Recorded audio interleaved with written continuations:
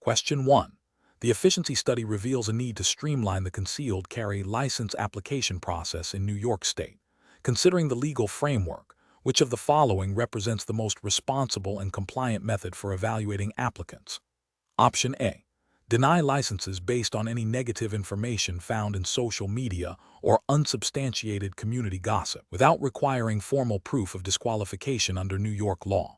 Option B. Expedite the issuance of licenses by focusing primarily on a clean criminal record, with minimal verification of character references or the applicant's stated reasons for needing concealed carry. Option C. Conduct a comprehensive review of the applicant's criminal history, mental health records, and character references, ensuring strict adherence to all statutory requirements for good moral character and proper cause, as defined by New York Penal Law Article 400.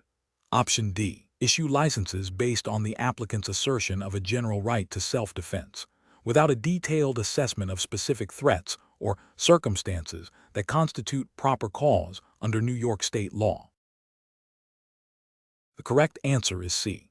Conduct a comprehensive review of the applicant's criminal history, mental health records, and character references, ensuring strict adherence to all statutory requirements for good moral character and proper cause as defined by New York Penal Law Article 400.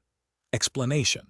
The efficiency study reveals a potential need to reevaluate existing concealed carry license protocols in New York State. This scenario is professionally challenging because it requires balancing public safety concerns with the constitutional rights of law-abiding citizens to self-defense, all within the strict confines of New York's penal law and licensing requirements.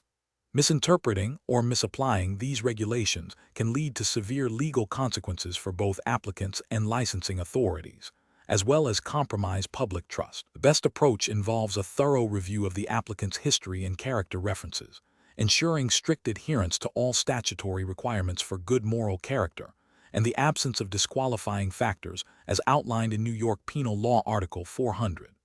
This includes verifying that the applicant has not been convicted of a felony or serious offense, has no history of mental illness that would make them a danger to themselves or others, and can demonstrate a proper cause for needing a concealed carry license, as interpreted by New York courts. This meticulous, legally compliant process safeguards public safety while upholding individual rights, an approach that prioritizes speed over thoroughness, such as issuing a license based solely on a cursory review of a clean criminal record without verifying character references or assessing the applicant's stated proper cause, is ethically and legally flawed. This bypasses critical safeguards mandated by New York law, potentially placing a firearm in the hands of an individual who may not meet the stringent, good moral character standard or possess a legitimate need for concealed carry. Another unacceptable approach would be to deny a license based on unsubstantiated rumors or personal biases, rather than on objective evidence that disqualifies the applicant under New York penal law. This violates due process and the principle of equal protection, as licensing decisions must be based on established legal criteria, not subjective prejudice.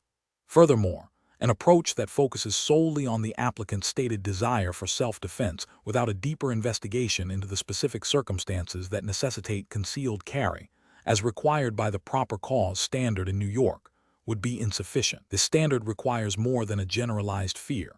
It demands a demonstrable need arising from specific threats or circumstances. Professionals should employ a decision-making process that begins with a comprehensive understanding of New York Penal Law Article 400 and relevant case law. This involves systematically gathering and verifying all required documentation, conducting thorough background checks, meticulously evaluating character references, and critically assessing the applicant's stated proper cause. Any doubts or ambiguities should be resolved by seeking clarification from legal counsel or supervisory authorities, ensuring that every decision is grounded in legal compliance and ethical responsibility. Question 2. Cost-benefit analysis shows that while carrying a concealed firearm in New York offers a sense of personal security, it also introduces significant responsibilities. If you are lawfully carrying a concealed handgun in a supermarket in Albany and witness two individuals engaged in a heated verbal argument that is escalating but not yet physically violent, what is the most appropriate course of action? Option A. Draw your concealed firearm to demonstrate your authority and deter further escalation of the argument. Option B. Assess the situation from a safe distance, and if there is no immediate threat to your safety or the safety of others, disengage from the area and, if necessary, discreetly contact law enforcement. Option C. Immediately approach the individuals and verbally intervene to break up the argument, asserting your presence as a lawful carrier. Option D. Continue your shopping as if nothing is happening, focusing solely on your personal tasks. The correct answer is B. Assess the situation from a safe distance, and if there is no immediate threat to your safety or the safety of others, disengage from the area and, if necessary, discreetly contact law enforcement. Explanation. Scenario analysis.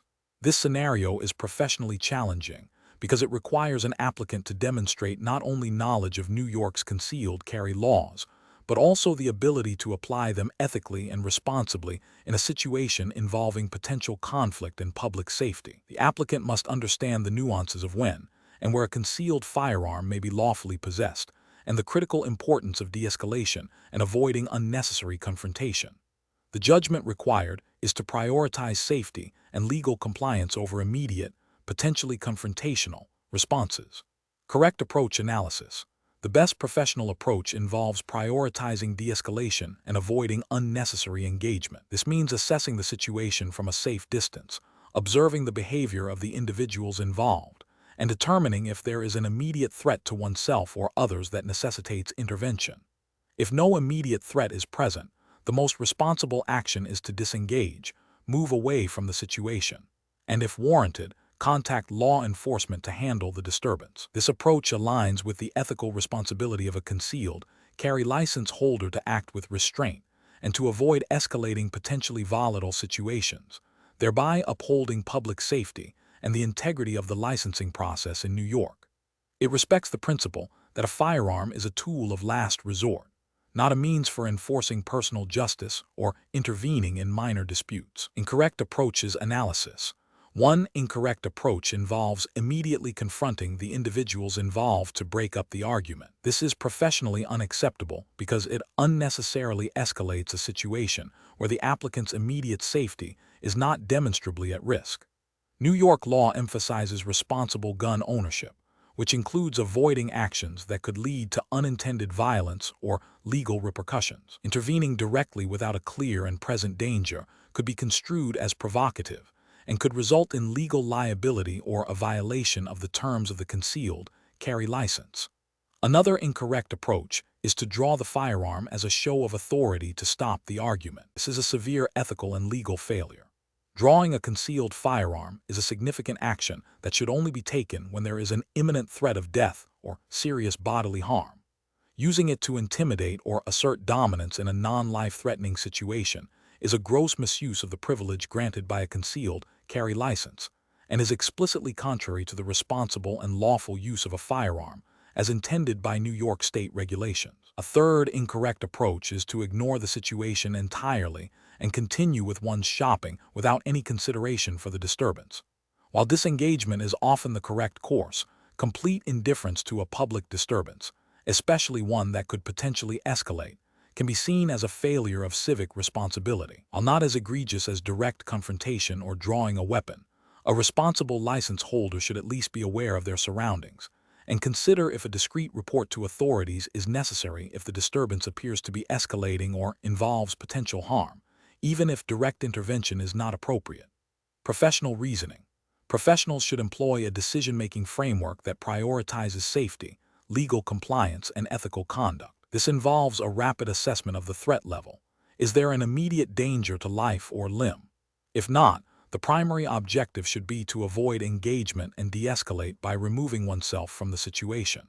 If the situation appears to be escalating to a point where public safety is genuinely at risk, the next step is to discreetly contact law enforcement. The decision to draw or use a firearm should be reserved for situations where there is no other reasonable alternative to prevent imminent death or grievous bodily harm.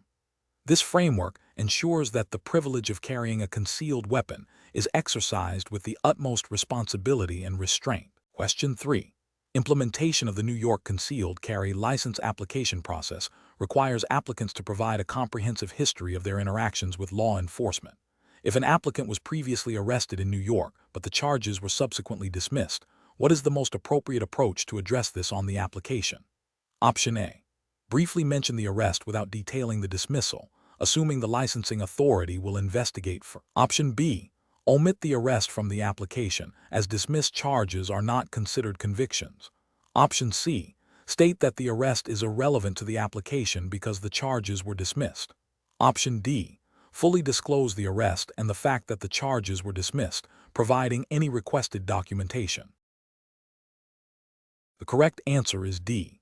Fully disclose the arrest and the fact that the charges were dismissed, providing any requested documentation. Explanation. Scenario analysis. This scenario is professionally challenging because it requires an applicant to understand the nuanced implications of their past actions on their current eligibility for a concealed carry license in New York. The applicant's prior arrest, even if dismissed, can be a significant factor in the licensing authority's determination, necessitating a thorough and honest disclosure. Failure to accurately report such incidents can lead to denial and potential legal repercussions. Correct approach analysis. The best professional practice involves the applicant proactively and truthfully disclosing the prior arrest and its dismissal to the licensing authority. This approach demonstrates honesty, transparency, and respect for the legal process. New York Penal Law Section 400 outlines the requirements for pistol licenses, and while a dismissed charge may not automatically disqualify an applicant, the licensing authority has discretion and requires full disclosure of all relevant history. By providing all the facts, the applicant allows the licensing authority to make an informed decision based on the totality of the circumstances, including the nature of the arrest and the fact that it did not result in a conviction. This aligns with the ethical obligation to be truthful in all dealings with government agencies. Incorrect approaches analysis. Failing to disclose the arrest, even if dismissed, is a significant regulatory and ethical failure. New York law requires applicants to provide truthful and complete information on their license applications. Omitting material information, such as an arrest, can be grounds for denial of the license and may be considered a false statement on an official document, which carries its own penalties. This approach undermines the integrity of the licensing process. Minimizing the significance of the arrest by only mentioning it briefly without providing the dismissal, is also problematic. While disclosure is made, the lack of complete information can lead the licensing authority to assume the worst or require further investigation, potentially delaying the process or leading to a negative inference. Fails to proactively present the applicant in the best possible light by not immediately clarifying the favorable outcome. Attempting to argue that a dismissed charge is irrelevant and therefore does not need to be disclosed is a misinterpretation of the licensing authority's discretion. The licensing authority is tasked with assessing the applicant's overall suitability, and all past interactions with law enforcement, regardless of outcome, can be considered relevant to that assessment. This approach demonstrates a lack of understanding of the comprehensive nature of the licensing review process in New York. Professional reasoning. Professionals facing similar situations should adopt a framework of complete transparency and proactive disclosure. When applying for licenses or permits that require background checks, it is always best to err on the side of providing more information rather than less, especially when that information is truthful and can clarify a potentially negative situation. This involves understanding the specific requirements of the jurisdiction, such as those outlined in New York Penal Law Section 400 and recognizing that licensing authorities have broad discretion. The decision-making process should prioritize honesty, thoroughness, and a willingness to allow the reviewing authority to make a fully informed judgment. Question 4. To address the challenge of a tense encounter in a public place in New York, where an individual feels threatened by another person's aggressive verbal remarks and intimidating posture, what is the most legally sound and ethically responsible course of action for a licensed concealed carry permit holder? Option A. Draw the concealed firearm and display it to the aggressive individual to deter further aggressive behavior. Option B. Immediately call the police and report the aggressive behavior, but take no other action to de-escalate or create distance. Option C. Engage the aggressive individual with equally aggressive verbal responses to assert dominance and discourage further confrontation. Option D. Remain calm, avoid direct engagement, and if possible, create distance from the aggressive individual, while refraining from drawing or displaying the concealed firearm, unless facing an immediate and unavoidable threat of death or serious physical injury. The correct answer is D. Remain calm, avoid direct engagement, and if possible, create distance from the aggressive individual, while refraining from drawing or displaying the concealed firearm unless facing an immediate and unavoidable threat of death or serious physical injury. Explanation. Scenario analysis. This scenario is professionally challenging because it involves a direct conflict between a citizen's perceived right to self-defense and the strict legal requirements for carrying a concealed weapon in New York. The individual's emotional state and the presence of a perceived threat, even if not immediately actionable under law, create a high-pressure situation where misjudgment could have severe legal and ethical consequences. The core challenge lies in distinguishing between a subjective feeling of danger and a legally justifiable reason to draw or brandish a firearm, especially when the firearm is concealed. New York's penal law is very specific about when a concealed firearm can be drawn, and it is not a matter of mere apprehension. Correct approach analysis. The best professional approach is to remain calm, disengage from the situation if possible, and avoid any action that could be construed as drawing or brandishing a concealed firearm, unless there is an immediate and unavoidable threat of death or serious physical injury. This approach aligns with New York Penal Law Section 265(01) and Section 265(02), which define criminal possession of a weapon, and the implicit requirements for lawful concealed carry under a license. A license to carry a concealed weapon in New York is granted with the understanding that its use is strictly limited to situations of imminent danger. Drawing a weapon based solely on suspicion or a perceived, but not immediate, threat violates the spirit and letter of the law, which prioritizes public safety and responsible firearm ownership. This approach prioritizes de-escalation and adherence to legal standards, preventing potential criminal charges and ensuring the licensee acts within the bounds of their permit. Incorrect approaches analysis. An approach that involves drawing the concealed firearm and displaying it to the individual who made the aggressive statement, even without a direct physical confrontation, is incorrect.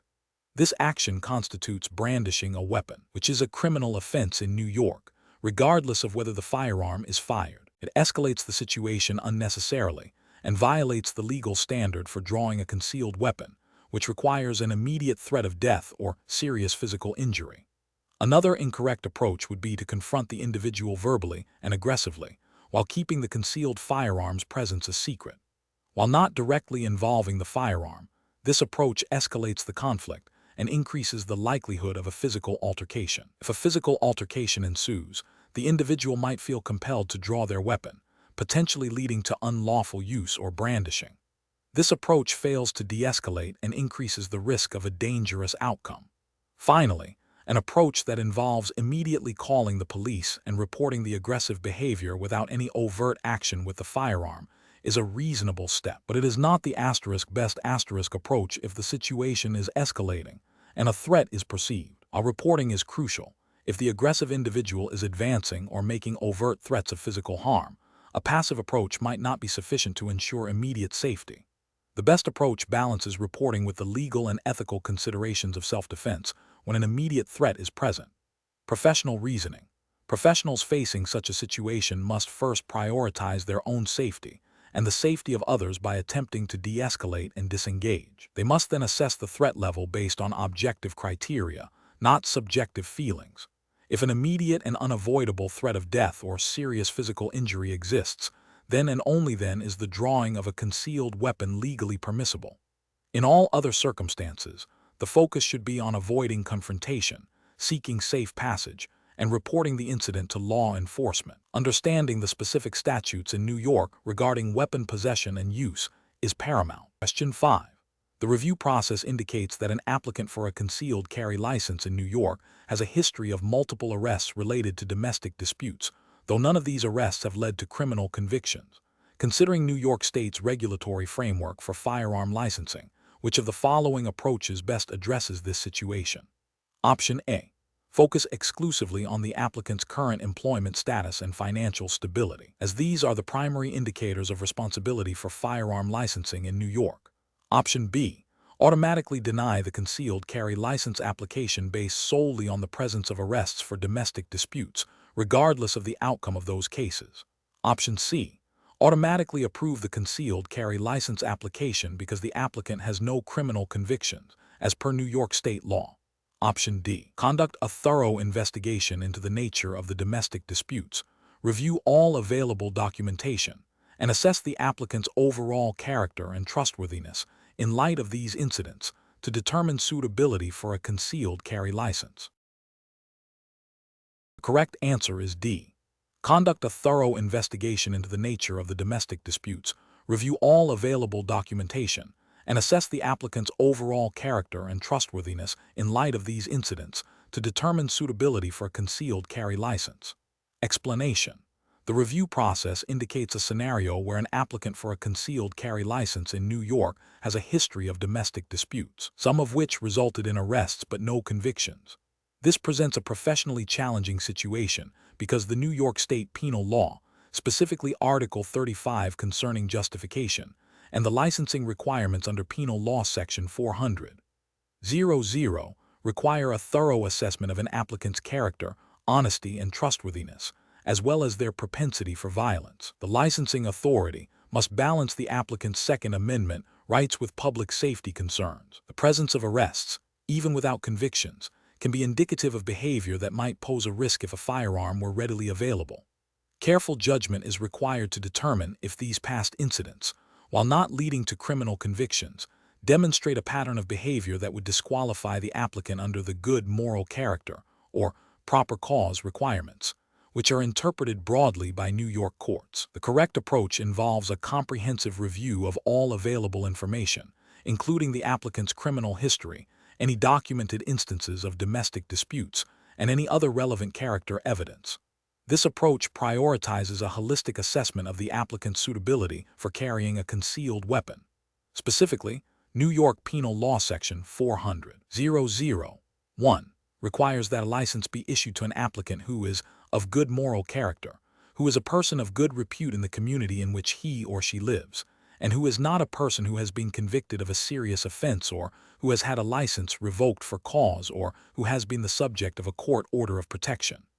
While arrests without convictions are not automatic disqualifiers, they are certainly relevant to the assessment of good moral character and good repute. The licensing authority has the discretion to deny a license if the totality of the circumstances suggests the applicant may not be a responsible gun owner or may pose a risk to public safety. This approach aligns with the legislative intent to ensure that only responsible individuals are granted the privilege of carrying a concealed firearm.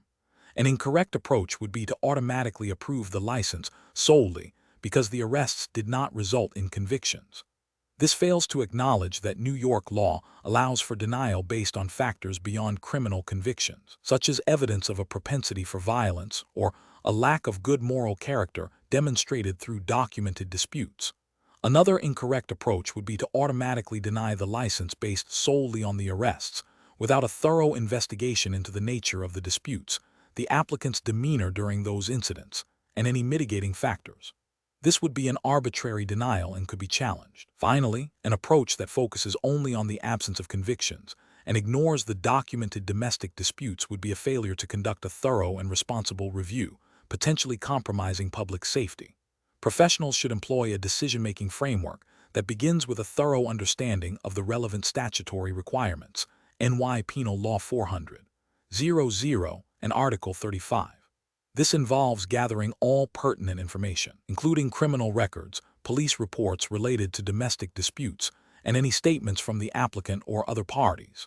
The next step is to analyze this information in the context of the good moral character and proper cause standards, considering whether the documented incidents, even without convictions, suggest a pattern of behavior that would make the applicant unsuitable for concealed carry. This analysis should be objective and based on evidence, allowing for a reasoned determination that either supports or denies the license application. Question 6. Examination of the data shows that a New York resident with a concealed carry license is confronted by an individual who is verbally aggressive and making vague threats, but not physically advancing or displaying a weapon. What is the most appropriate course of action based on New York's legal framework for justified use of force? Option A. Immediately draw the concealed firearm to deter the verbally aggressive individual and prevent any potential escalation. Option B. Engage verbally with the individual to assert dominance and make it clear that you are legally armed. Option C. Assume the vague threats, combined with verbal aggression, constitute sufficient grounds to use deadly physical force to protect yourself. Option D. Assess the situation for an imminent threat of death or serious physical injury. Prioritize de-escalation and avoidance, and only consider the use of force if such an imminent threat is reasonably believed to exist, and no lesser force is sufficient. The correct answer is D. Assess the situation for an imminent threat of death or serious physical injury, prioritize de-escalation and avoidance, and only consider the use of force if such an imminent threat is reasonably believed to exist and no lesser force is sufficient. Explanation. Scenario analysis. This scenario presents a professional challenge because it requires an individual to balance their right to self-defense with the legal obligations and responsibilities associated with carrying a concealed firearm in New York.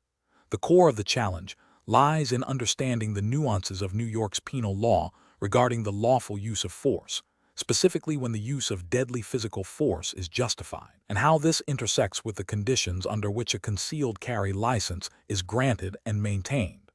A misjudgment can lead to severe legal consequences, including criminal charges and the revocation of the license. Correct approach analysis.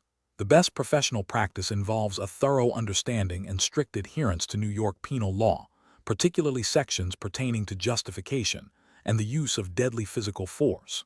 This approach prioritizes de-escalation and the avoidance of confrontation whenever possible, recognizing that the license to carry a concealed weapon is granted with the expectation of responsible and lawful behavior. The legal standard in New York generally requires that a person reasonably believes that deadly physical force is necessary to prevent death or serious physical injury to themselves or another person.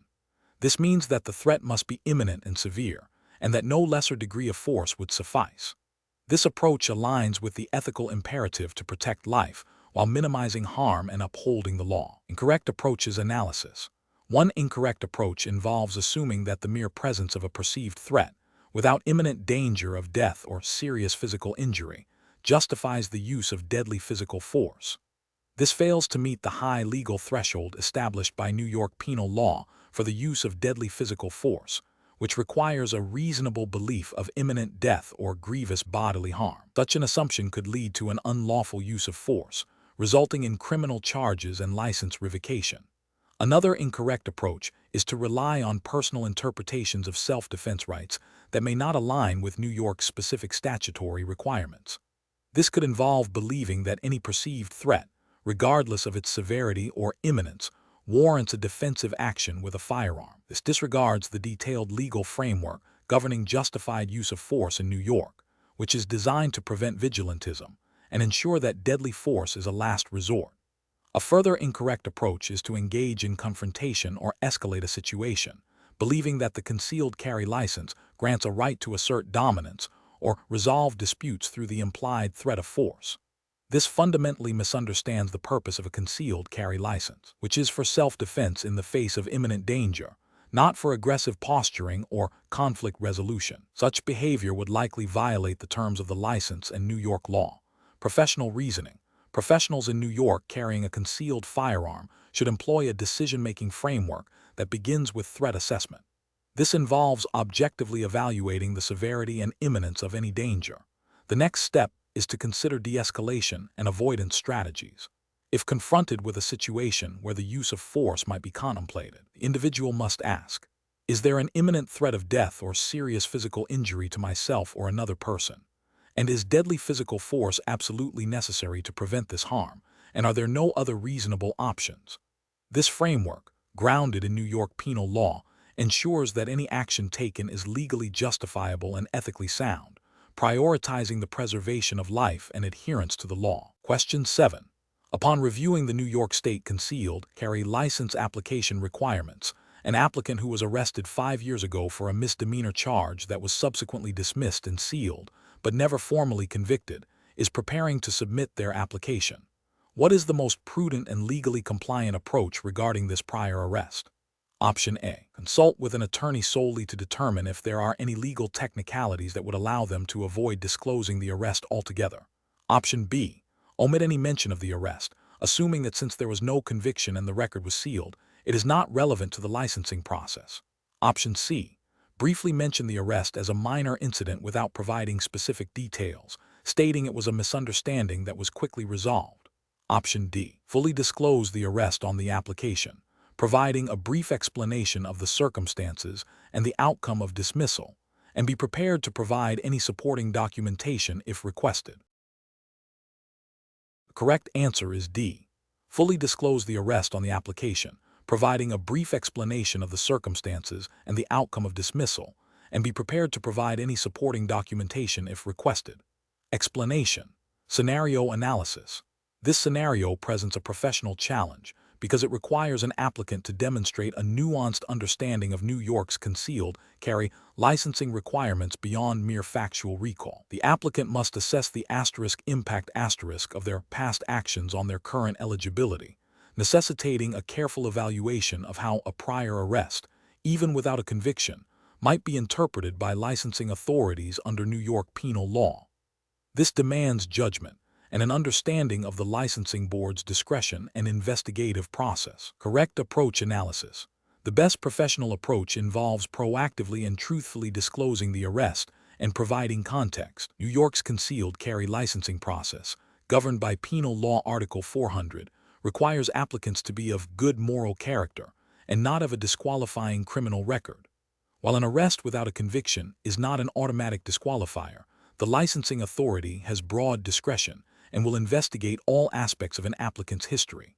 Full disclosure allows the applicant to explain the circumstances of the arrest, demonstrate remorse or understanding, and present evidence of rehabilitation or the irrelevance of the incident to their current character.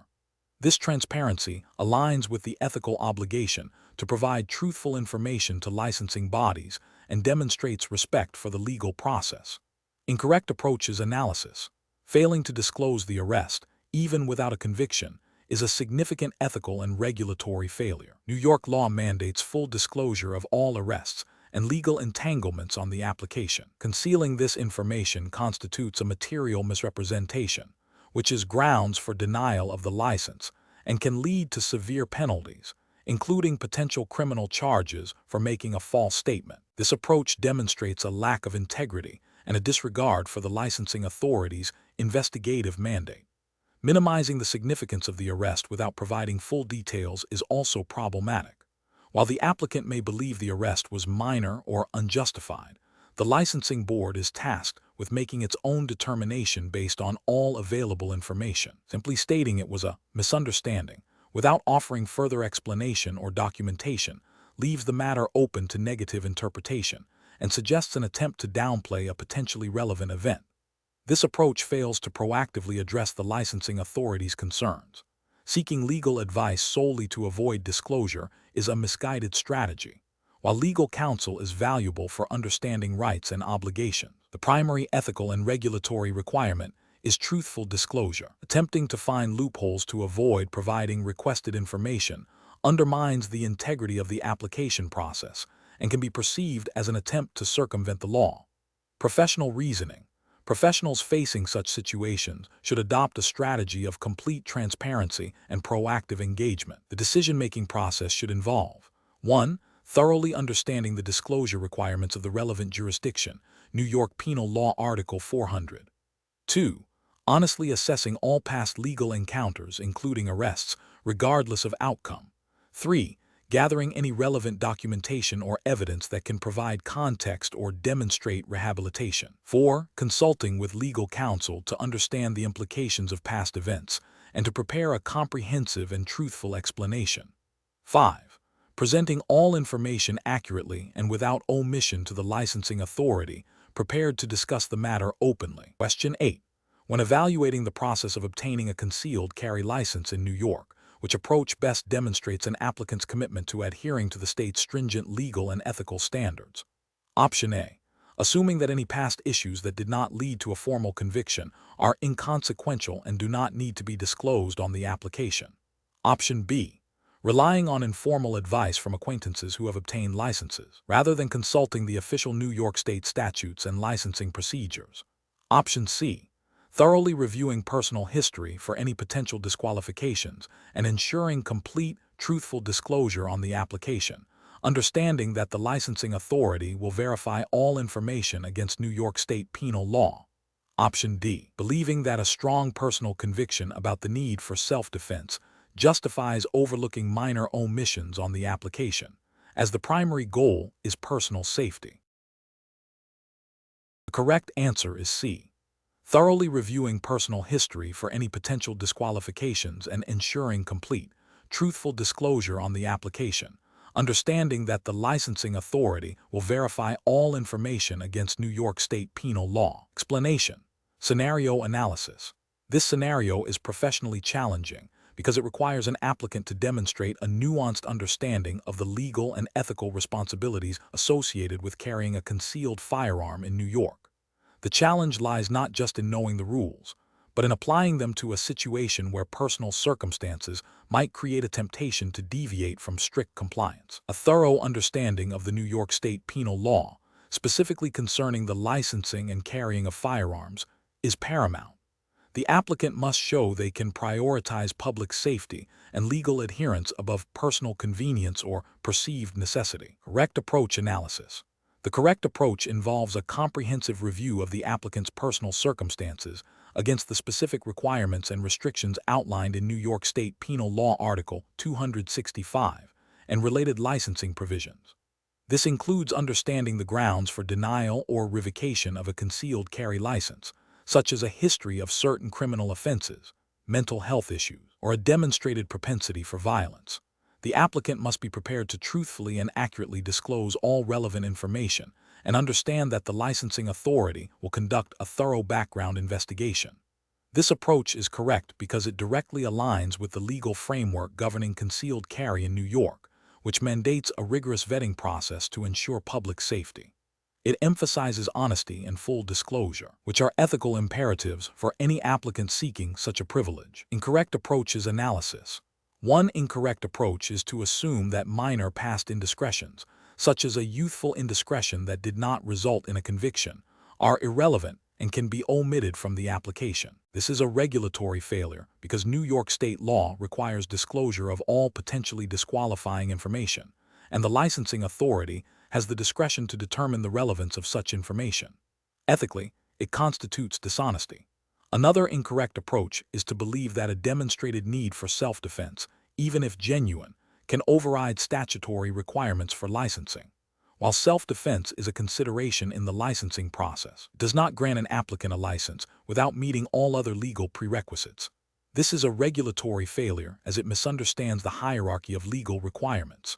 Finally, an incorrect approach is to rely on anecdotal advice from friends or online forums rather than consulting the official New York State statutes and licensing guidelines. This is a regulatory and ethical failure because it risks misinterpreting the law, leading to an incomplete or inaccurate application, and potentially jeopardizing the license. Professional decision-making in this context requires diligent research of primary legal sources and, if necessary, seeking advice from qualified legal counsel specializing in firearm law. Question 9. The analysis reveals that a New York State resident has obtained a concealed carry license. Considering the regulatory framework of New York State, what is the primary legal implication and scope of this license regarding the carrying of a handgun? Option A. The license grants the holder the authority to use their concealed handgun in any situation where they perceive a threat to their safety, regardless of the specific legal definition of justifiable use of force. Option B. The license permits the lawful carrying of a handgun concealed on one's person or in a vehicle, subject to the specific restrictions outlined in the license and New York State penal law. Option C. The license empowers the holder to act as a civilian law enforcement agent, enabling them to intervene in any criminal activity they witness. Option D. The license allows the holder to carry their concealed handgun in all locations within New York State without any exception, including sensitive areas like schools and courthouses. The correct answer is B. The license permits the lawful carrying of a handgun concealed on one's person or in a vehicle, subject to the specific restrictions outlined in the license and New York State penal law. Explanation. The analysis reveals a scenario that is professionally challenging due to the inherent tension between an individual's right to self-defense and the strict legal requirements for carrying a concealed weapon in New York. The challenge lies in accurately interpreting and applying the New York State penal law concerning concealed carry licenses, particularly when faced with a situation that might seem to justify immediate action, but could also lead to severe legal repercussions if not handled strictly within the bounds of the law. Careful judgment is required to distinguish between a perceived threat and a legally recognized justification for carrying a concealed weapon. The correct approach involves understanding that a New York State concealed carry license is a permit to carry a handgun concealed on one's person or in a vehicle, subject to specific restrictions outlined in the license and New York State penal law. This approach prioritizes adherence to the legal framework, recognizing that the license itself does not grant carte blanche to use the weapon in any situation. Instead, it permits concealed possession under lawful circumstances. The legal justification for carrying a concealed weapon in New York is primarily for self-defense, but this right is heavily regulated and requires strict compliance with licensing requirements and the conditions under which the weapon may be carried. The license is issued based on a determination of good moral character and a demonstrated need for self-protection, but its existence does not alter the legal standards for the use of force. An incorrect approach would be to assume that possessing a concealed carry license in New York automatically grants the right to brandish or use the weapon in any situation where one feels threatened, without regard for the specific legal definitions of justifiable use of force or the conditions under which the license is valid. This fails to recognize that the license is a privilege, not an absolute right, and its exercise is governed by stringent legal parameters. Another incorrect approach would be to believe that the license permits carrying the weapon in any location within New York State, irrespective of specific prohibitions such as schools, government buildings, or private property, where the owner has posted signage prohibiting firearms. This ignores the explicit restrictions and limitations that are often part of the license itself and are codified in state law.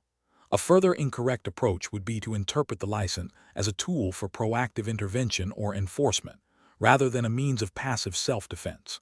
This fundamentally misunderstands the purpose of a concealed carry license, which is not to empower the licensee as a law enforcement agent. Professional reasoning in such situations requires a thorough understanding of New York State penal law, specifically Article 35, Justification, and Article 265, Firearms and Other Dangerous Weapons, as well as the specific terms and conditions of one's concealed carry license. It involves a commitment to lawful conduct, a clear understanding of the legal thresholds for self-defense, and the ability to differentiate between a perceived threat and a legally justifiable use of force. Professionals must always err on the side of caution and strict legal compliance, understanding that any deviation can have severe legal consequences. Question 10.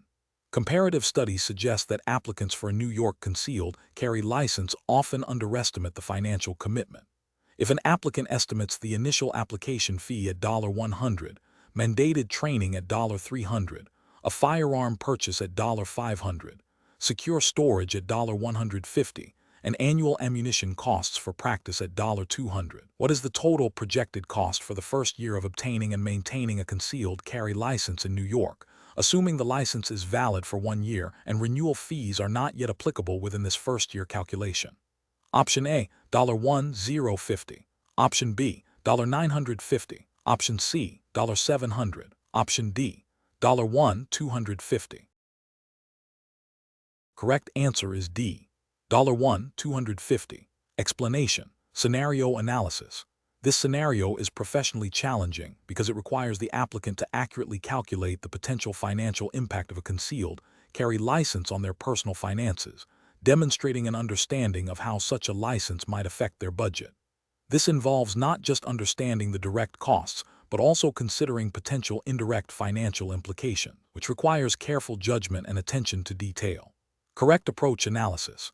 The best approach involves a comprehensive financial projection that accounts for all direct and indirect costs associated with obtaining and maintaining a concealed carry license in New York. This includes the application fee, the cost of required training courses, which may vary in price, the expense of purchasing a firearm and ammunition if not already owned, and potential costs for secure storage. It also necessitates estimating the ongoing costs of ammunition for practice and potential renewal fees. This approach is correct because it aligns with the New York State penal law requirements for licensing, which implicitly demand responsible ownership, including financial preparedness. Ethically, it demonstrates a commitment to understanding the full financial burden, preventing future financial strain that could compromise responsible firearm ownership. Incorrect approach is analysis.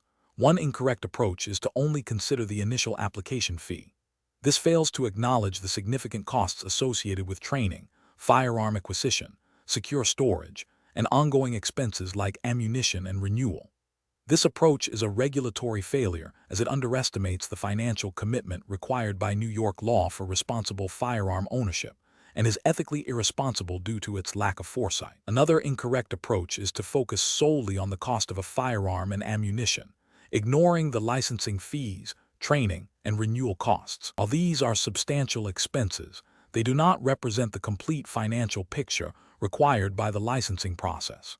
This approach is a regulatory oversight because it neglects the specific financial obligations mandated by the New York State licensing framework. A third incorrect approach is to estimate costs based on anecdotal information from other states or general assumptions, without consulting New York-specific fee structures and training requirements.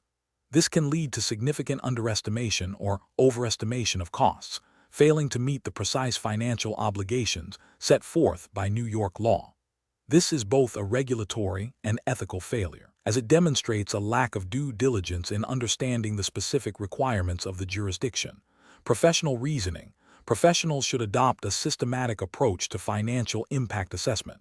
This involves 1. Identifying all direct costs mandated by the relevant jurisdiction's laws, application fees, mandated training, etc. 2.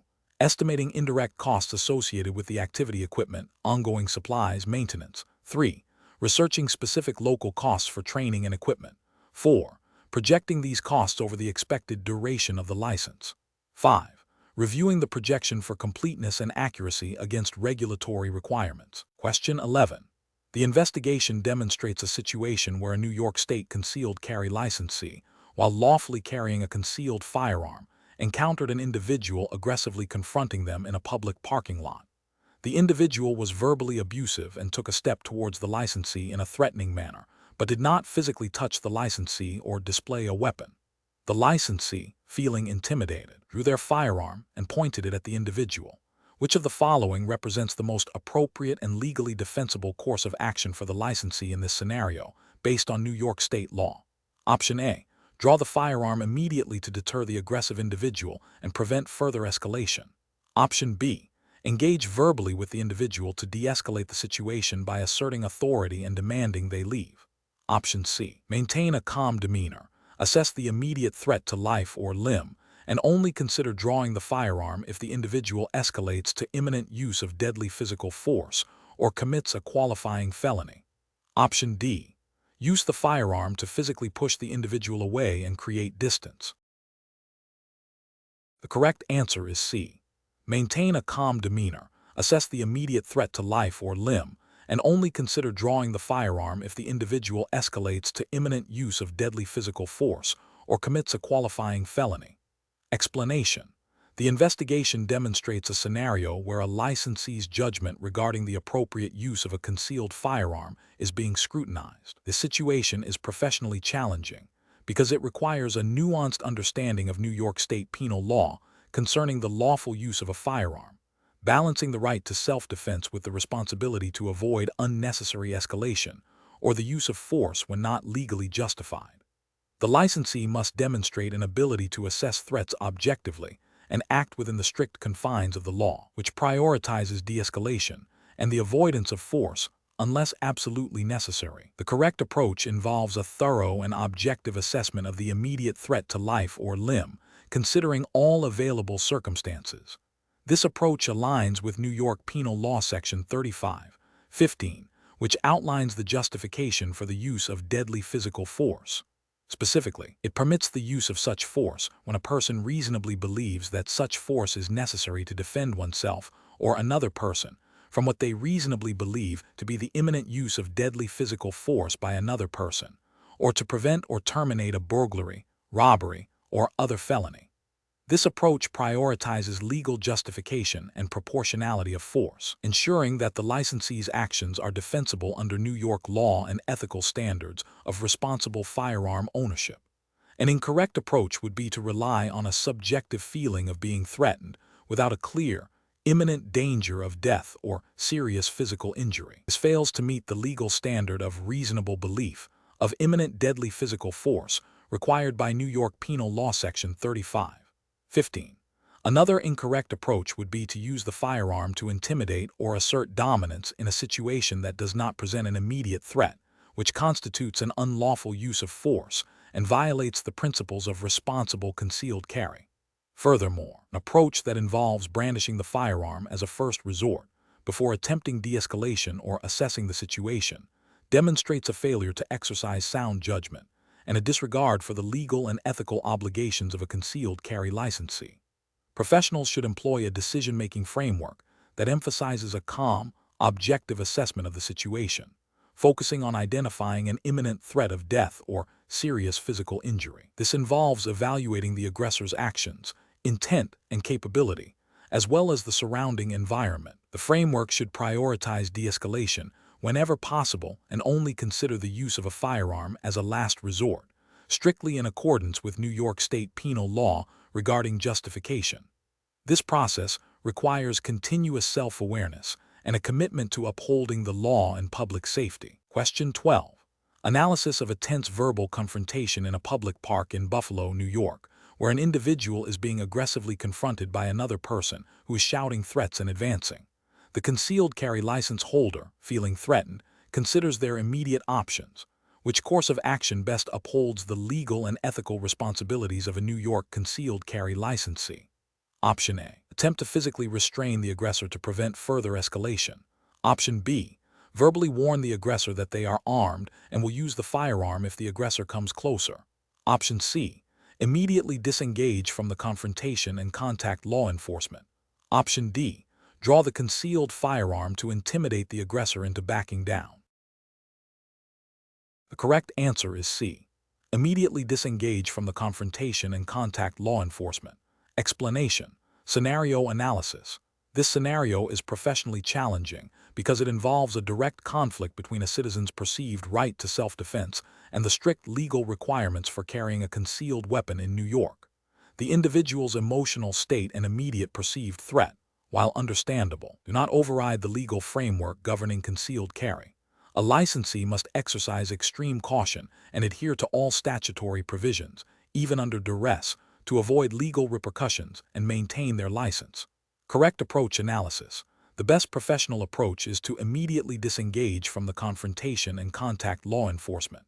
This aligns with New York Penal Law Section 265:01, which defines criminal possession of a weapon in the fourth degree, and related sections governing the lawful carrying of firearms. While the individual possesses a concealed carry license, the license is not a blanket authorization to use the weapon in any situation.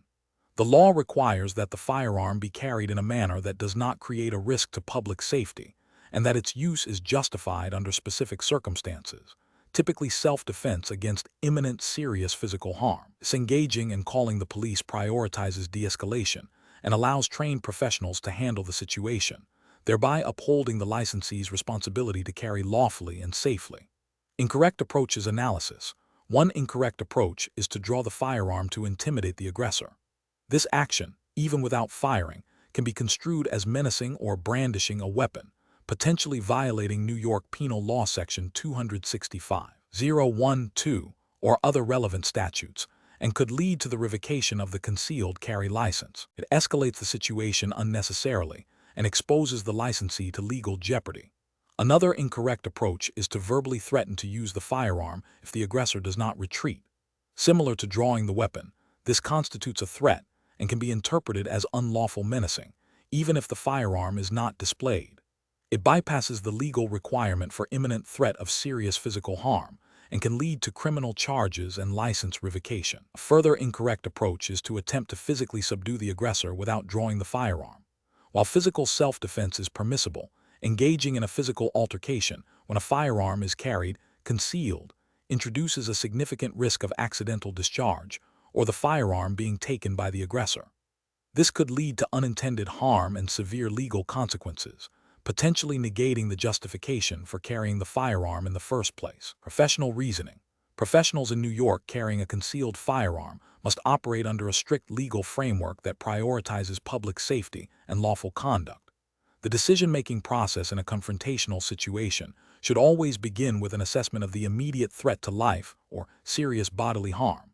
If such a threat exists, the licensee must consider the legal justification for using force, which in New York is narrowly defined. However, the primary objective should always be de-escalation and avoidance of conflict. If possible, disengagement and contacting law enforcement are the safest and most legally sound courses of action.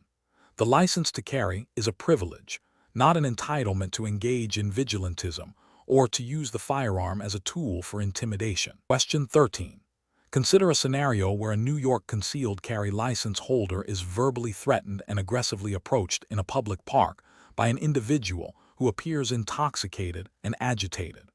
The license holder perceives the situation as escalating and feels a potential threat to their safety. What is the most appropriate immediate course of action for the license holder to take in accordance with New York state law and responsible firearm ownership principles? Option A. Brandish the firearm to deter the aggressor.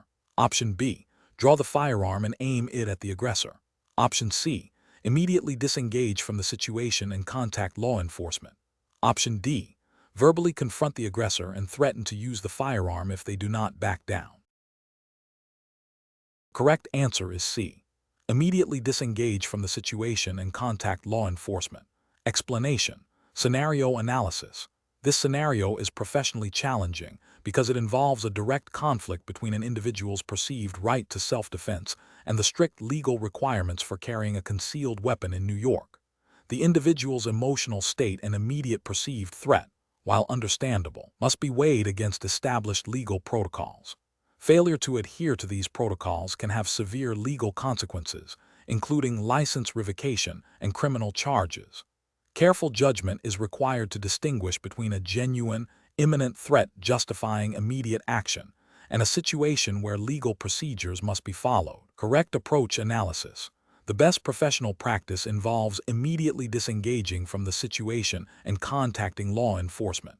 This approach is correct because New York Penal Law Section 265(01) and related statutes strictly govern the possession and use of firearms.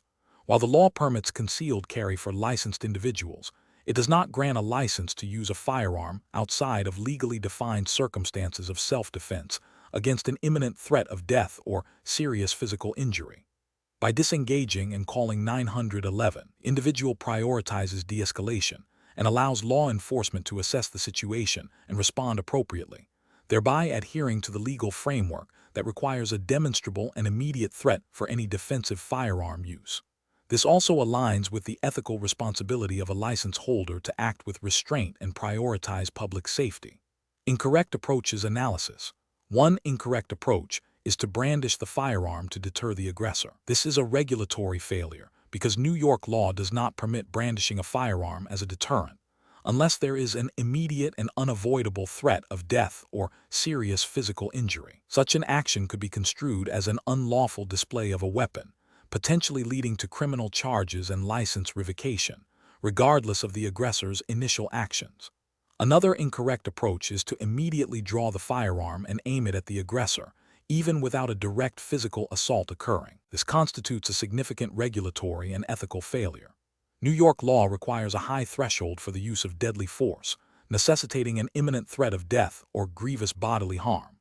Drawing and aiming a firearm without such an immediate threat can be interpreted as an escalation of the situation and an unlawful use of force, exposing the individual to severe legal penalties and jeopardizing their concealed carry license. A further incorrect approach is to verbally confront the aggressor and threaten to use the firearm if they do not back down. This is a regulatory violation because it constitutes an unlawful threat to use a weapon, which is prohibited under New York law. While verbal de-escalation can be a tactic, threatening to use a firearm without meeting the strict legal criteria for its use is illegal and can lead to criminal charges, independent of any physical confrontation. Professional reasoning. Professionals should employ a decision-making framework that prioritizes adherence to legal statutes and ethical responsibilities. This involves 1. Situational assessment. Quickly evaluate the imminence and severity of the threat. 2. Legal compliance. Recall and apply the specific requirements of New York penal law regarding firearm possession and use. 3. De-escalation and disengagement. Prioritize avoiding confrontation and removing oneself from the dangerous situation if possible. 4. Law enforcement notification. Immediately contact emergency services to report the incident and allow trained professionals to manage the situation. 5. Documentation. If any action is taken, meticulously document the events and the perceived threat to ensure accurate reporting. Question 14. During the evaluation of a New York concealed carry license application, an applicant discloses a past incident involving a verbal altercation that escalated, though no charges were filed and no conviction resulted. The applicant has otherwise maintained a clean record for the past 5 years. What is the most appropriate approach for the licensing authority to take? Option A. Conduct a thorough review of the applicant's entire history, including the details of the past incident and their subsequent conduct, to assess their current temperament and suitability for a license in accordance with New York State penal law. Option B. Deny the application immediately due to the disclosed past incident, as it suggests a potential for poor judgment. Option C. Request a psychological evaluation solely based on the disclosed verbal altercation, regardless of other factors. Option D. Grant the license without further investigation, assuming the lack of charges indicates the incident was minor and irrelevant to current suitability. The correct answer is A. Conduct a thorough review of the applicant's entire history, including the details of the past incident and their subsequent conduct, to assess their current temperament and suitability for a license, in accordance with New York State penal law. Explanation. This scenario is professionally challenging because it requires an individual to balance their right to self-defense with the strict legal requirements for carrying a concealed firearm in New York. The applicant's past behavior, while not resulting in a criminal conviction that would automatically disqualify them, raises concerns about their temperament and judgment, which are critical factors in determining suitability for a concealed carry license. Careful judgment is required to assess whether the applicant's current circumstances and demonstrated maturity outweigh the potential risks indicated by their past actions, all within the framework of New York State penal law. The best professional approach involves a thorough and objective review of all submitted documentation, including the applicant's personal history, references, and any relevant legal or psychological evaluations. This approach prioritizes adherence to New York State penal law, specifically sections pertaining to licensing requirements, and the assessment of good moral character and temperament. It involves a comprehensive evaluation of the applicant's overall suitability, considering all aspects of their background without undue prejudice, but with a clear focus on public safety. This aligns with the legal mandate to ensure that only responsible individuals are granted the privilege of carrying a concealed weapon, an approach that dismisses the application solely based on the past incident, without a full consideration of the applicant's subsequent conduct and current circumstances, fails to meet the legal standard. New York law requires an individualized assessment, not an automatic disqualification based on a past event that did not result in a disqualifying conviction. This approach risks violating the applicant's rights and failing to apply the law as written. Another incorrect approach is to grant the license without adequately investigating the circumstances of the past incident and its implications for the applicant's current temperament and judgment. This oversight could lead to a failure to uphold the public safety mandate inherent in concealed carry licensing, potentially placing the community at risk. It neglects the responsibility to ensure the applicant possesses the necessary discretion and responsibility. Finally, an approach that relies on subjective biases or personal opinions rather than objective legal criteria and documented evidence is professionally unacceptable. This undermines the integrity of the licensing process and can lead to arbitrary or discriminatory decisions, which are contrary to the principles of due process and equal protection under the law. Professionals in this field should employ a structured decision-making framework that begins with a clear understanding of the relevant New York State penal law and licensing regulations. This framework should include a systematic review of all application materials, objective assessment of character and temperament, consideration of all supporting and mitigating evidence, and a final determination based strictly on legal standards and public safety concerns. Question 15. Research into the application of New York State's concealed carry licensing requirements reveals a hypothetical scenario where an individual, holding a valid New York concealed carry license, is considering entering a private establishment that has clearly posted signage indicating no firearms allowed. Considering the legal and ethical responsibilities of a licensed firearm holder in New York, which of the following represents the most prudent and legally compliant course of action? Option A. Carry the firearm concealed but remain vigilant, assuming that as long as no immediate threat is present and the firearm is not displayed, the posted signage is merely a suggestion and not a legally binding restriction for a licensed individual. Option B. Respect the posted signage and refrain from entering the establishment with a concealed firearm, understanding that the license does not supersede private property rights or specific prohibitions.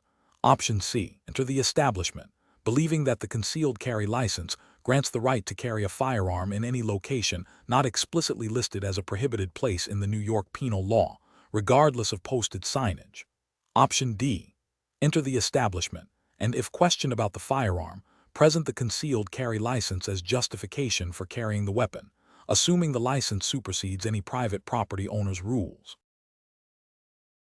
The correct answer is B. Respect the posted signage and refrain from entering the establishment with a concealed firearm, understanding that the license does not supersede private property rights or specific prohibitions. Explanation. Scenario analysis.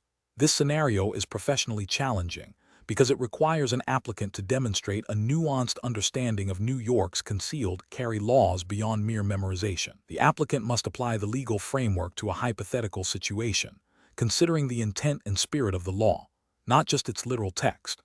This involves recognizing that, while a license grants permission to carry, it does not grant carte blanche to disregard specific prohibitions or engage in behavior that could be construed as reckless or threatening, even if not explicitly defined as a prohibited act in all circumstances. Careful judgment is required to balance the right to self-defense with the responsibility to public safety and the specific limitations imposed by New York state law.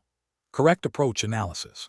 The best professional approach involves the applicant understanding that possessing a concealed carry license in New York State does not permit carrying a firearm into a location where federal or state law expressly prohibits it, or where the owner has posted clear signage prohibiting firearms. This approach is correct because New York Penal Law Section 265(01) and related statutes, along with federal laws applicable within New York, define specific prohibited places. Furthermore, the principle of respecting private property rights, as indicated by signage, is a fundamental ethical consideration for any licensed firearm holder. The applicant's responsibility extends beyond simply having a license to actively ensuring they are not in violation of any prohibition, whether explicit by law or by property owner's directive. Incorrect approaches analysis. One incorrect approach involves believing that concealed carry license automatically overrides any posted signage or specific location prohibitions, assuming the license grants universal access. This fails to acknowledge the layered legal framework in New York, which includes federal prohibitions, e.g., federal buildings, and state-specific restrictions, as well as the rights of private property owners to restrict firearms on their premises. Another incorrect approach is to assume that only explicitly listed prohibited locations in the penal law are off-limits, ignoring the broader implications of laws and the rights of property owners. This demonstrates a superficial understanding of the law, focusing only on a narrow interpretation of prohibited places without considering the full scope of restrictions.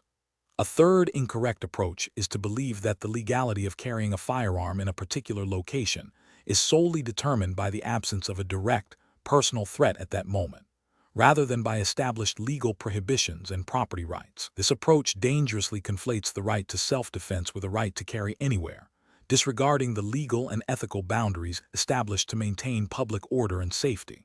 Professional reasoning.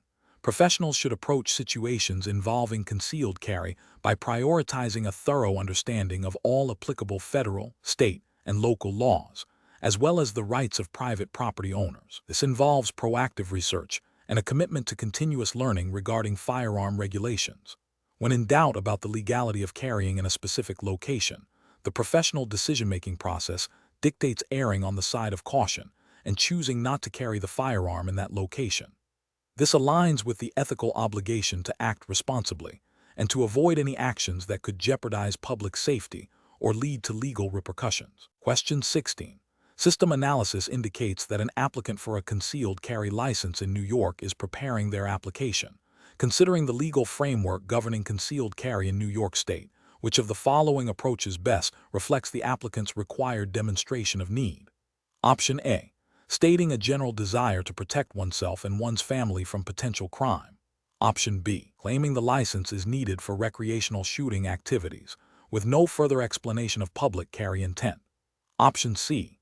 Emphasizing the constitutional right to bear arms as sufficient justification for carrying a concealed weapon. Option D. Articulating a specific, credible threat or set of circumstances that demonstrates a special need for self-protection distinguishable from the general community. The correct answer is D. Articulating a specific, credible threat or set of circumstances that demonstrates a special need for self-protection distinguishable from the general community. Explanation. Scenario analysis. This scenario is professionally challenging because it requires an applicant to demonstrate an understanding of the nuanced legal requirements for concealed carry in New York, specifically concerning the applicant's stated purpose for seeking the license. Misrepresenting or misunderstanding the statutory basis for a concealed carry license can lead to denial, and in more severe cases, legal repercussions. The applicant's stated reason must align with the legal justifications permitted under New York state law for carrying a concealed weapon. Correct approach analysis. The best professional practice involves the applicant accurately and truthfully articulating a lawful basis for their need to carry a concealed weapon, as defined by New York penal law. This means understanding that New York's concealed carry licensing scheme, particularly after the Supreme Court's decision in New York State Rifle and Pistol Association, Inc. v. Brune, requires applicants to demonstrate proper cause. Proper cause is generally understood to mean a demonstrated need for self-defense, that is, a special need for self-protection distinguishable from that of the general community. The applicant must be prepared to provide specific, credible reasons that go beyond a generalized fear or desire for self-protection that is common to the public. This approach is correct because it directly addresses the statutory requirement for proper cause and avoids misrepresenting the applicant's intentions or the legal standards. Incorrect approach is analysis, an approach where the applicant states a generalized desire for self-defense without articulating specific threats or circumstances that distinguish their need from the general public, fails to meet the proper cause standard as interpreted under New York law. This is a regulatory failure because it does not satisfy the legal threshold for obtaining a concealed carry license. An approach where the applicant claims they need the license for hunting or sport shooting, but intends to carry the firearm concealed in public places, is also problematic.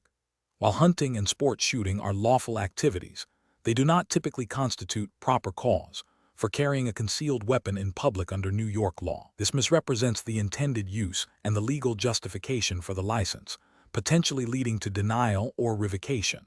An approach where the applicant focuses solely on their Second Amendment rights without demonstrating a specific, articulable need for self-defense that is distinguishable from the general populace also fails to meet the proper cause requirement. While the Second Amendment is the foundation for the right to bear arms, New York law imposes specific conditions on concealed carry that require more than a general assertion of constitutional rights. Professional reasoning.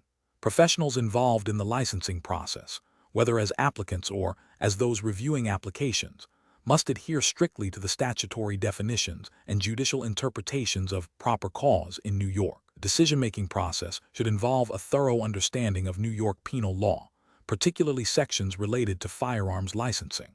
Applicants should be advised to consult with legal counsel if they are unsure about how to articulate their need in a manner that satisfies legal requirements. The focus must always be on meeting the specific legal criteria established by the state, rather than on generalized beliefs or interpretations of rights. Question 17. The control framework reveals that an applicant for a concealed carry license in New York has a history of documented domestic disputes, including the issuance of restraining orders, but no criminal convictions. Which approach best aligns with New York State's regulatory framework for assessing this applicant's suitability for a concealed carry license? Option A. Grant the license automatically, as the applicant has no disqualifying criminal convictions and New York law primarily focuses on criminal history. Option B. Conduct a thorough investigation into the circumstances of the domestic disputes and restraining orders, reviewing all relevant documentation and assessing whether the applicant meets the good moral character and proper cause standards under New York State penal law. Option C. Deny the license immediately based solely on the presence of restraining orders, as this is an automatic disqualifier under any circumstances. Option D. Rely on informal reports and community gossip to determine the applicant's general temperament and suitability, without formal documentation. Correct answer is B. Conduct a thorough investigation into the circumstances of the domestic disputes and restraining orders, reviewing all relevant documentation, and assessing whether the applicant meets the good moral character and proper cause standards under New York State penal law. Explanation. The control framework reveals a scenario where an applicant for a concealed carry license in New York has a history of documented domestic disputes, including restraining orders. This situation is professionally challenging because it requires a delicate balance between upholding an individual's rights and ensuring public safety, as mandated by New York State penal law. The licensing officer must meticulously assess the applicant's suitability, considering not only the absence of disqualifying criminal convictions, but also any patterns of behavior that might indicate a propensity for violence or an inability to exercise restraint. The presence of restraining orders, even without criminal convictions, raises significant red flags regarding the applicant's temperament and potential risk to others. The best professional practice involves a thorough investigation into the circumstances surrounding the domestic disputes and the issuance of restraining orders. This approach necessitates reviewing court records, interviewing involved parties, where legally permissible and appropriate, and consulting with law enforcement agencies that responded to the incidents. The licensing officer must then apply the good moral character and proper cause standards as defined by New York State Penal Law Section 400. If the investigation reveals a pattern of behavior that suggests the applicant poses a risk to public safety or lacks the temperament to responsibly carry a concealed firearm, the license should be denied. This is because New York law requires licensing officers to be satisfied that the applicant is a person of good moral character and that there is a proper cause for the issuance of a license, which inherently includes an assessment of the applicant's propensity for violence and their ability to exercise sound judgment. An approach that focuses solely on the absence of felony convictions and overlooks the documented history of domestic disputes and restraining orders is professionally unacceptable. This failure to conduct a comprehensive risk assessment violates the spirit and letter of New York's concealed carry licensing requirements, which empower licensing officers to deny licenses based on factors demonstrating a lack of good moral character or proper cause. Such an approach would disregard the statutory mandate to protect the public from individuals who may pose a danger. Another professionally unacceptable approach would be to automatically deny the license based solely on the existence of restraining orders, without a thorough investigation into the specific circumstances. While restraining orders are serious indicators, New York law requires an individualized assessment. A blanket denial without due process or consideration of mitigating factors or the applicant's current circumstances could be legally challenged and fails to meet the standard of a reasoned decision. Finally, an approach that relies on informal hearsay or unsubstantiated rumors regarding the applicant's character, rather than documented evidence and official records, is also professionally unsound. Licensing decisions must be based on credible information and due diligence, adhering to established legal standards for evidence and investigation. Professionals should employ a decision-making framework that prioritizes a comprehensive, evidence-based investigation, a thorough understanding of New York State penal law regarding licensing requirements, and a balanced consideration of individual rights against public safety concerns. This involves a systematic review of all available information, adherence to due process, and a clear articulation of the reasons for either granting or denying a license, grounded in statutory authority. Question 18. Governance review demonstrates that an applicant for a New York concealed carry license has a past arrest for a misdemeanor that was subsequently dismissed. The applicant is unsure if this arrest needs to be disclosed on their application. Which of the following approaches best addresses this situation in compliance with New York State's concealed carry licensing requirements? Option A. Fully disclose the arrest and its dismissal on the application, providing any supporting documentation requested by the licensing authority. Option B. Assume that since the charge was dismissed, it does not need to be disclosed as it will not impact eligibility. Option C. Only disclose arrests that resulted in a conviction, as a dismissed charge is no longer a matter of public record. Option D. Consult with friends who have obtained licenses to see if they disclosed similar incidents. The correct answer is A. Fully disclose the arrest and its dismissal on the application, providing any supporting documentation requested by the licensing authority. Explanation. This scenario is professionally challenging because it requires an individual seeking a concealed carry license in New York to navigate the complex interplay between personal circumstances and the strict legal requirements for firearm possession. The applicant's past, even if seemingly minor or resolved, can have significant implications for their eligibility. Careful judgment is required to ensure all disclosures are accurate and complete, and that the applicant understands the potential consequences of any omissions or misrepresentations. The best professional practice involves a proactive and transparent approach to disclosure. This means fully and truthfully disclosing all past legal encounters, including arrests and any subsequent dispositions, regardless of whether they resulted in a conviction or were sealed. New York State's laws regarding firearm possession are stringent, and the licensing authorities are tasked with assessing an applicant's character and fitness to carry a concealed weapon. Full disclosure allows the licensing authority to conduct a thorough review and make an informed decision based on all relevant facts. This approach aligns with the ethical obligation to be truthful in all dealings with government agencies and upholds the spirit of the law, which prioritizes public safety. Failing to disclose a past arrest, even if it was dismissed or sealed, represents a significant regulatory and ethical failure. New York law requires applicants to disclose all arrests, and any attempt to conceal this information can be grounds for denial of a license or revocation if granted. Ethically, withholding such information is a misrepresentation of facts to a licensing authority, undermining the integrity of the application process. Another incorrect approach involves assuming that a sealed record automatically means no disclosure is necessary. While sealing records can limit public access, it does not necessarily exempt an applicant from disclosing the underlying event to licensing authorities, who are specifically empowered to access such information for fitness determinations. This misunderstands the scope of sealing provisions in the context of firearm licensing. Professionals should approach such situations by thoroughly researching the specific disclosure requirements of the New York State Police and the relevant local licensing authority. They should err on the side of over-disclosure when in doubt, providing all requested information and any potentially relevant background details. A consultation with an attorney specializing in New York firearm law is often advisable to ensure complete understanding and compliance. The decision-making process should prioritize honesty, completeness, and adherence to all statutory and regulatory mandates. Question 19.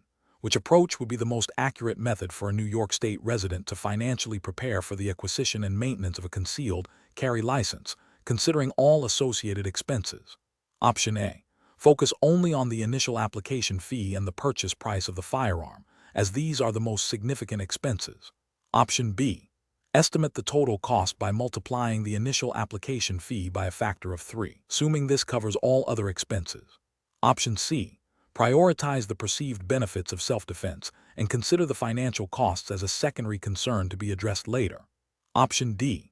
Calculate the total cost by itemizing the application fee, fingerprinting fees, the cost of a firearm safety course, the purchase price of a firearm, ammunition costs, and any ongoing expenses such as secure storage solutions and renewal fees.